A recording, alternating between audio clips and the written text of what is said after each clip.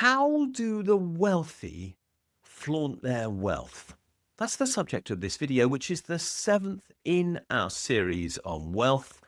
And it's an important question to ask because, as we've already noted, the seriously wealthy don't like to talk about how wealthy they are, partly because they simply don't know what that true figure is, but also because they're terrified of losing their wealth, and therefore they want to tell the world that they are wealthy, but without using numbers. And so they use a proxy. And that is that they send out powerful signals to each other through their consumption to say, I'm really wealthy. Let's just stand back for a minute. In this series on wealth, we've defined wealth. We've said who the wealthy are. We've made clear how they get wealthy.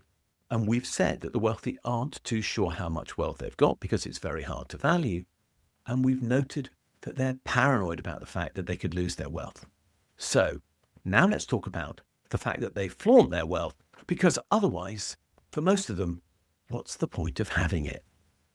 The wealthy flaunt their status by doing something which is called conspicuous consumption.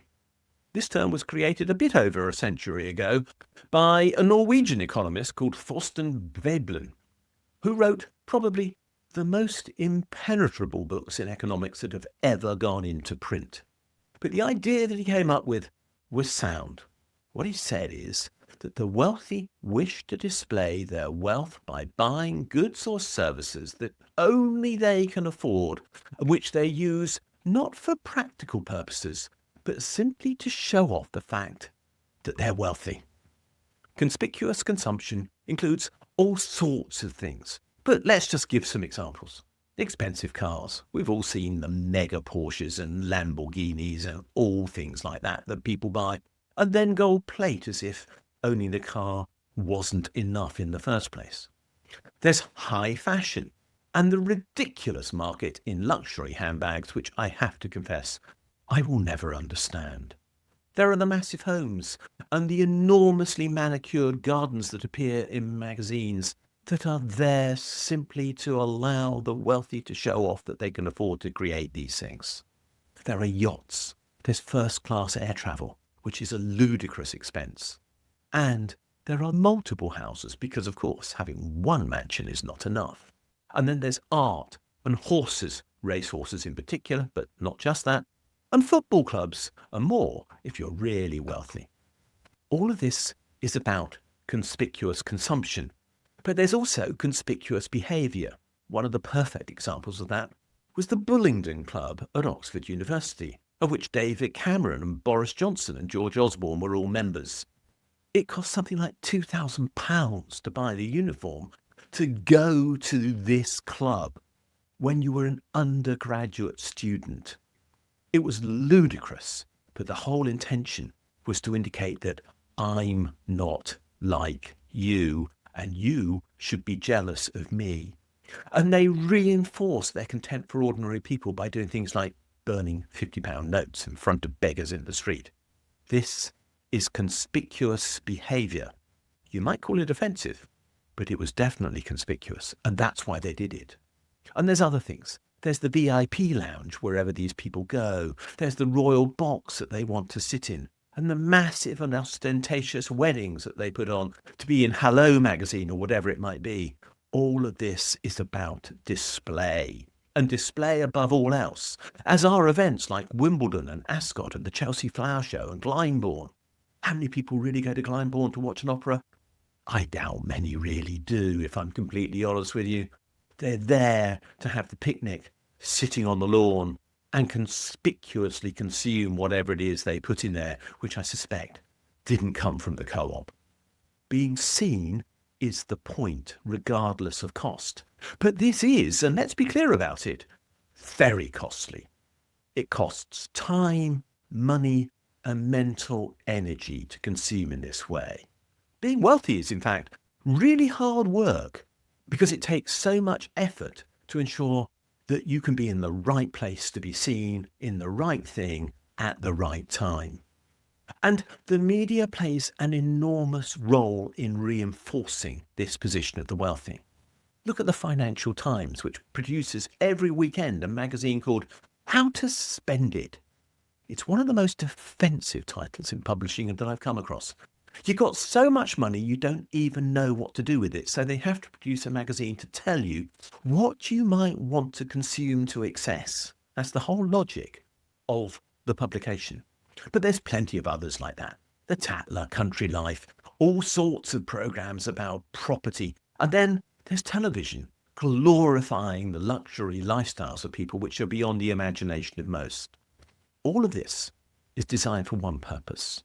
It is designed to make us envious. The wealthy want us to be envious of them because that gives them the dopamine hit that they crave, which creates the value in their mind as to who they are. This is the basis of their self-worth. They're desperate for attention, and without it, they are nothing. But this is an enormously damaging process. The resources and talent wasted on producing this pointless luxury, which does nothing more than signal that somebody can afford to buy it, are enormous. Everybody is being driven into a less than zero-sum game of status as a consequence of it, and that is always destructive. In other words, we're being told we're not good enough and can never match what they are, and we know that, and therefore divides are created, and that's why we're all worse off. And this harms well-being. It harms our well-being because we're being told we're not good enough, and it harms the well-being of the wealthy as well because actually they become paranoid about the fact that they might not be wealthy enough to keep up with their neighbours or those who they meet or whatever else it might be. The harm is everywhere to mental health. The message is that unless you're young, beautiful, slim, sexy and in a Lamborghini with all the trimmings, you are nothing. And let me assure you, that's not true. You are most definitely something of value.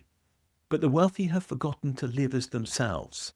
And that's the real problem. They can't live in the moment. They can't just be. They must destroy the planet to send out the message that they're of worth, when in fact they have no more capacity to be happy than we have. You can be as pleased with your life as they are, and there's nothing they can do about that. And that is what really irritates them. The idea that the wealthy are an ideal is in that case just wrong. But it's wrong to the point that it's profoundly harmful because so much of the media is dedicated to perpetuating it. And in fact, what the media creates as a result is something which is properly called ilth. This is a word created in the 1860s or 70s by John Ruskin. Ilth is the opposite of wealth. And it's literally spelt I-double-L-T-H. So it's you're ill because the wealthy make you so through their behaviour. And I believe that is the consequence of a great deal of what the wealthy do. They're there to create ilth in the population, and that feeds back into themselves. Conspicuous consumption isn't harmless fun. It's destructive, it's divisive, and it creates deep insecurity. We should question, therefore, why it's celebrated at all. And we should question why so much time is dedicated to celebrating it. Because there are more important things in life by a very long way than conspicuous consumption, like living itself. Thanks for watching this video. If you've enjoyed it, please do click the like and subscribe buttons because they do genuinely help us spread the word on YouTube. As importantly, could you have a look at the section below this video where it says more, and there you'll find a link to my blog. And if you follow that for the specific link to the blog entry related to this video, you'll find a transcript of this video and lots of other related material, plus a ChatGPT prompt that you could use to write a letter to your MP on the contents of this video, which will turn you into a campaigner, which will be a great thing to do. Finally, if you do appreciate the work we're doing, can you think about giving us a donation? If you'd like to do so, there's a link below, or you can find one on my blog where there's a Ko-fi button saying, please buy me a coffee. Thanks a lot, and we'll see you again soon.